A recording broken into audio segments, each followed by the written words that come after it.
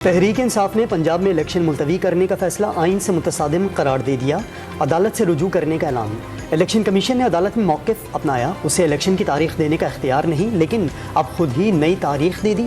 اسد عمر کا اظہار حیرت، صدر مملکت کی جانب سے دی گئی 30 اپریل کی تاریخ پر الیکشن کرانے کا مطالبہ، فواد چودھری کا بار ایسوسی ایشن کی مجوزہ تحریک میں ساتھ دینے کی یقین دہانی۔ کہ طالب علم کے طور پہ سمجھتا ہوں آپ ان حالات میں الیکشن کروا دیں، یہ خونی انتخابات ہوں گے، اس میں ہم ملک کا نقصان کریں گے۔ سیاسی نظام، جمہوری نظام چل رہا ہے، اس کو چلنے دیں، خدارا کوئی تیسری آپشن کے لیے حالات سازگار نہ کریں، مل کے بیٹھے رستے نکالیں۔ وفاقی حکومت کا الیکشن ملتوی کرنا آئین کی خلاف ورزی تسلیم کرنے سے انکار۔ وزیر قانون اعظم نذیر تارڑ کا موجودہ حالات میں انتخابات کرانے پر سیکیورٹی خدشات کا اظہار۔ انتخابات کا ماحول سازگار بنانے کے لیے تحریک انصاف کو گرینڈ ڈائیلاگ کا حصہ بننے کا مشورہ دے دیا۔ وزیر اطلاعات کا بھی الیکشن کمیشن کے فیصلے کا خیر مقدم۔ الیکشن کمیشن نے معاشی، سیاسی اور سیکیورٹی صورتحال کو مد نظر رکھ کر فیصلہ کیا۔ مریم اورنگزیب کا رد عمل۔ انتخابات ملتوی کرنے پر شیخ رشید نے از خود نوٹس لینے کے لیے سپریم کورٹ کو خط لکھ دیا۔ الیکشن کمیشن کے پاس نئی تاریخ کا اعلان کرنے کا اختیار نہیں، خط کا متن۔ عمران خان نیازی سمیت اور جو باقی اس کے جتھے کے لوگ ہیں ان سمیت جو ہے یہ اس بات کے سزاوار ہیں کہ ان کو گرفتار کیا جائے اور ان کے خلاف جو ہے وہ دہشت گردی کی عدالتوں میں جو ہے وہ مقدمات کو چلایا جائے تاکہ یہ اپنے انجام کو پہنچے اور ان کو قرار واقعی سزا ملے۔ اس مقصد کے لیے جو ہے وہ JIT جو ہے وہ تشکیل دی گئی ہے۔ وزیر داخلہ کا جوڈیشل کمپلیکس میں ہنگامہ آرائی کی تحقیقات کے لیے JIT کے قیام کا اعلان، 14 روز میں رپورٹ پیش کرے گی۔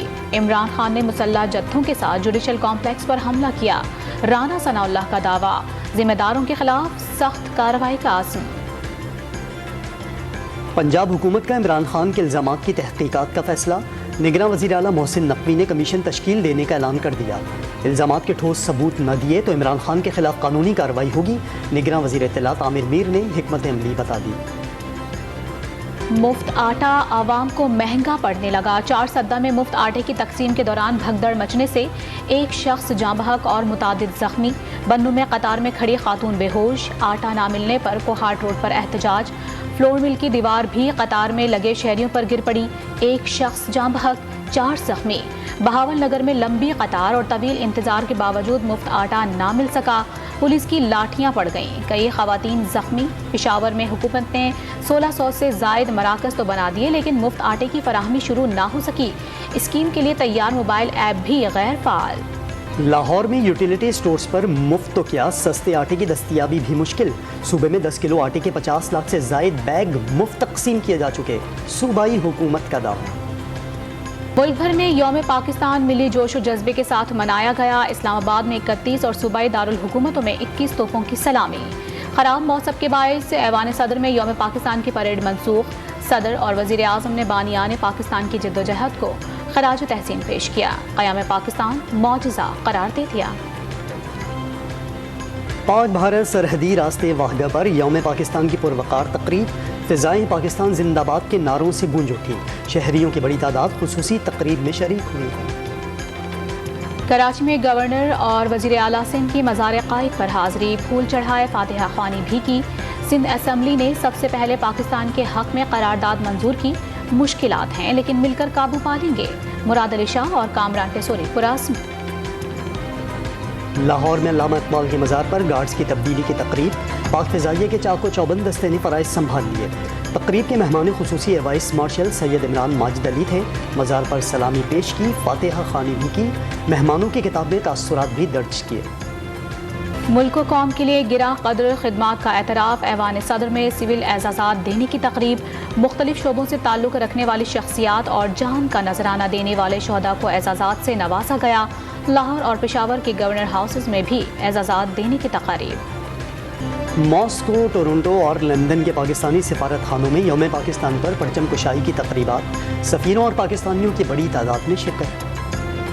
پاک فوج کے خلاف مہم چلانے والے 8 ٹک ٹاک، 44 ٹویٹر اور 50 سے سرکاری اخراجات میں کمی کے لیے وزیر اعظم کی کفایت شعاری مہم، تمام قانون نافذ کرنے والے اداروں کے سربراہان کو 1800 cc گاڑیاں استعمال کرنے کی ہدایت کی گئی، پولیس FIA اور کسٹمز کے افسران کو مراقبہ جاری۔ پاک فوج کے خلاف مہم چلانے والے 8 ٹک ٹاک، 44 ٹویٹر اور 50 سے زائد فیس بک اکاؤنٹس کا پتہ لگا لیا گیا۔ سوشل میڈیا پر فوج مخالف مہم کی تحقیقات کے لیے ٹاسک فورس کے قیام کا فیصلہ۔ کار سرکار میں مداخلت کا کیس، اسلام آباد کی عدالت نے عمران خان کے بھانجے حسان نیازی کو جوڈیشل ریمانڈ پر جیل بھیج دیا، جسمانی ریمانڈ کی استدعا مسترد۔ خیبر پختونخوا کے نگراں وزیر اعلیٰ کے معاون خصوصی ہدایت اللہ خان توئی مستعفی، ذاتی مصروفیات کے باعث کام جاری رکھنے سے معذرت کر لی۔ کراچی والوں کے لیے صوبائی حکومت کا تحفہ، بلاول بھٹو زرداری نے جوہر چورنگی فلائی اوور کا افتتاح کر دیا، گلستان جوہر اور اطراف کے علاقوں میں ٹریفک کا دباؤ ہوگا۔ کراچی میں ماہ رمضان شروع ہوتے ہی ابر رحمت کا نزول، مختلف علاقوں میں گرج چمک کے ساتھ بارش سے موسم خوشگوار ہو گیا۔ اسلام آباد میں بھی بارش اور ژالہ باری سے موسم ٹھنڈا ہو گیا۔ پشاور میں بھی بادل برس پڑے، کل بھی موسم ابرآلود رہنے کا امکان۔ رمضان المبارک میں سحر و افطار کے دوران غذائیت درکار، دودھ، دہی اور پھلوں کا استعمال کیا جائے۔ ماہرین صحت نے روزہ داروں کو احتیاط کا مشورہ دے دیا۔ شہریوں کی طرف سے بازاروں میں مہنگائی کا شکوہ۔ رمضان المبارک کے آغاز پر امریکی صدر جو بائیڈن کا مسلمانوں کے نام تہنیتی پیغام، امریکہ کی تمام تر ہمدردیاں مشکلات میں گھرے مسلمانوں کے ساتھ ہیں، دعا ہے ماہ رمضان خوشیوں اور رحمتوں سے بھرپور ثابت ہو، وائٹ ہاؤس کا پیغام۔ نریندر مودی کو چور کہنے پر کانگریس لیڈر راہل گاندھی کو 2 سال قید کی سزا۔ بھارتی عدالت نے 2019 کے بیان پر ہتک عزت کیس کا فیصلہ سنا دیا۔ راہل گاندھی نے انتخابی تقاریر میں مودی کو بار بار چور قرار دیا تھا۔ پاکستان اور افغانستان کے درمیان 3 میچوں کی سیریز کا پہلا T20 کل شارجہ میں کھیلا جائے گا۔ میچ سے قبل قومی ٹیم آج پریکٹس سیشن میں حصہ لے گی۔ کھلاڑی بیٹنگ، بالنگ اور فیلڈنگ کی مشقیں کریں گے۔ یوم پاکستان پر قومی ٹیم کے کپتان بابر اعظم کے لیے ستارہ امتیاز۔ بابر اعظم یہ اعزاز حاصل کرنے والے کم عمر ترین کرکٹر بن گئے۔ اسکواش لیجنڈز جہانگیر خان اور جانشیر خان بھی ستارہ امتیاز حاصل کرنے والوں میں شامل۔ ویمن کرکٹ ٹیم کی سابق کپتان بسمہ معروف کو تمغہ امتیاز سے نوازا گیا۔ سابق blind cricketer Masood Jan Pride of Performance کے حقدار۔